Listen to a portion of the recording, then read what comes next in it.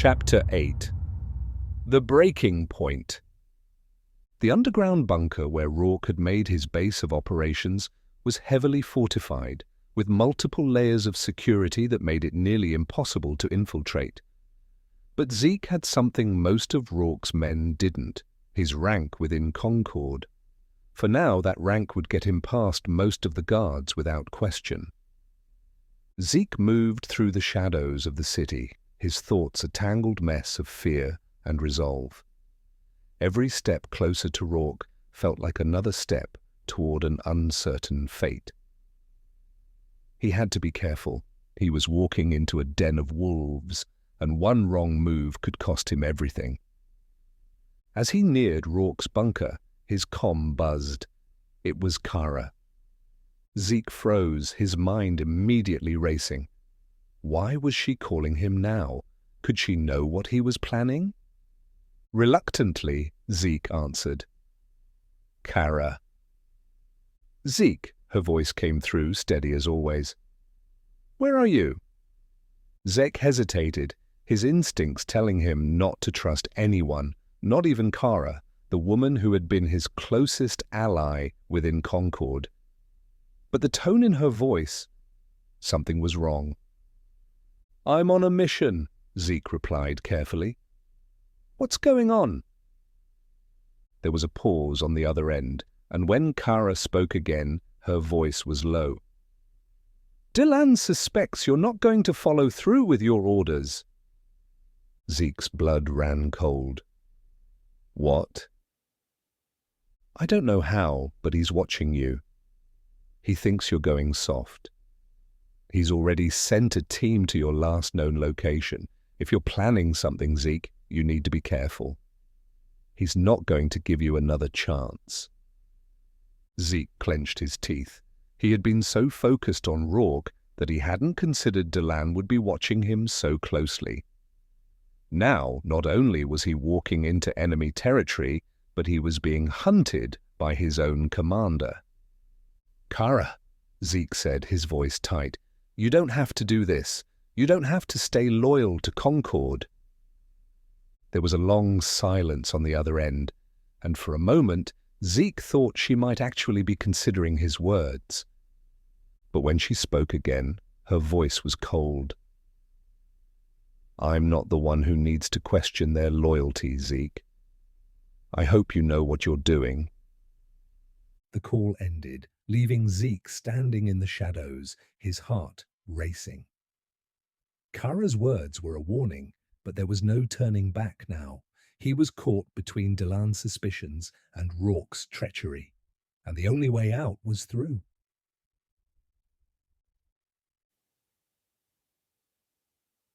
The entrance to Rourke's bunker was guarded by two of his men, both armed with heavy rifles. Zeke approached with his helmet on, keeping his face hidden.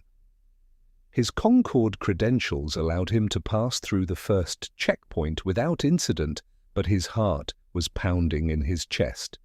The closer he got to Rourke, the more dangerous this mission became.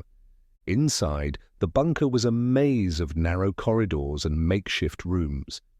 Zeke moved quickly, avoiding eye contact with the rebels who patrolled the area. He had one goal in mind: get to Rourke before he could escape. When he finally reached Rourke's office, Zeke found the door ajar. The faint sound of voices drifted through the crack.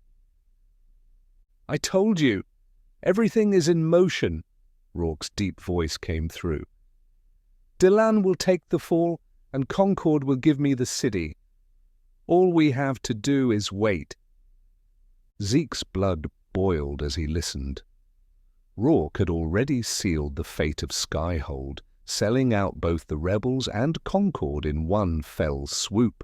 He was playing everyone, just as Lila had said. Zeke pushed open the door, his hand hovering over his sidearm. Inside, Rourke sat behind his desk, his lieutenant standing nearby. Both men looked up in surprise as Zeke entered, but Rourke's expression quickly turned into a grin. Ah, Lieutenant Vale, Rourke said, leaning back in his chair. I was wondering when you'd show up. Zeke's hand tightened on his weapon. It's over, Rourke. I know what you're doing. Rourke raised an eyebrow, feigning ignorance. Do you now? And what exactly is that? Zeke stepped forward, his voice cold. You've been playing both sides, feeding Concord information while pretending to lead the rebellion. You're nothing but a traitor. Rourke's grin widened. Traitor? That's a funny word coming from a Concord lapdog. Tell me, Zeke, how's your precious Delan doing these days? Still making sure the city stays nice and obedient? Zeke felt his pulse quicken. Rourke was baiting him, trying to provoke a reaction, but Zeke wouldn't let him get under his skin. I'm here to stop you, Zeke said, his voice steady. Whatever you're planning, it ends now. Rourke laughed, a low, rumbling sound that echoed through the room. Oh, Zeke, you think you can stop this? You're too late. The city is already mine. Concord doesn't care about Skyhold. They never did. And the rebellion? It's a joke. They're all pawns in a much bigger game. Zeke's hand tightened on his sidearm, but before he could draw it, Rourke's lieutenant stepped forward, raising his weapon. But Rourke held up a hand, stopping the man. No need for that, Rourke said, his eyes never leaving Zeke. Let the lieutenant make his move. Zeke's mind raced, calculating his next move. He could take out Rourke, end this once and for all. But then what? Delan would still be after him, and Skyhold would still be in chaos. Killing Rourke wouldn't solve everything, but maybe it could be the first step. With a swift motion, Zeke drew his sidearm and aimed it at Rourke's head. I'm not playing your game anymore. Rourke's smile faltered for the first time. Then make your move, Lieutenant. Zeke's finger hovered over the trigger, his heart pounding in his chest. He had the power to end this, to stop Rourke's betrayal and take control of his own fate. But as he stood there, weapon raised, Zeke felt a strange sense of clarity. This wasn't just about Rourke or Concord anymore. This was about the city, the people of Skyhold who had been caught in the crossfire of a war they never asked for. Zeke lowered his weapon. Rourke's grin returned. Smart choice. But Zeke wasn't finished. You're not walking out of here, Rourke. Not after what you've done. Rourke's expression darkened, but before he could respond, the door behind Zeke burst open.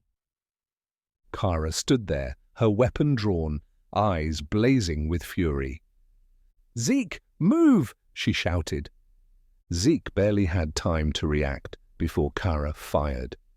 The shot hit Rourke square in the chest, and he collapsed to the ground with a strangled gasp. Zeke stared in shock as Rourke's body hit the floor, blood pooling around him. He looked up at Kara, who lowered her weapon, her face unreadable. "You hesitated?" Kara said coldly. "I didn't." Zeke felt a wave of confusion and betrayal wash over him. "Why?" Kara stepped closer, her voice hard. "You were never going to do it, Zeke. You don't have what it takes. But I do." Zeke's mind raced, trying to process what had just happened. Kara had killed Rourke, but why? Was she still loyal to Concord, or had she made her own power play? Before Zeke could ask, Kara turned and walked out of the room, leaving him standing alone with Rourke's lifeless body.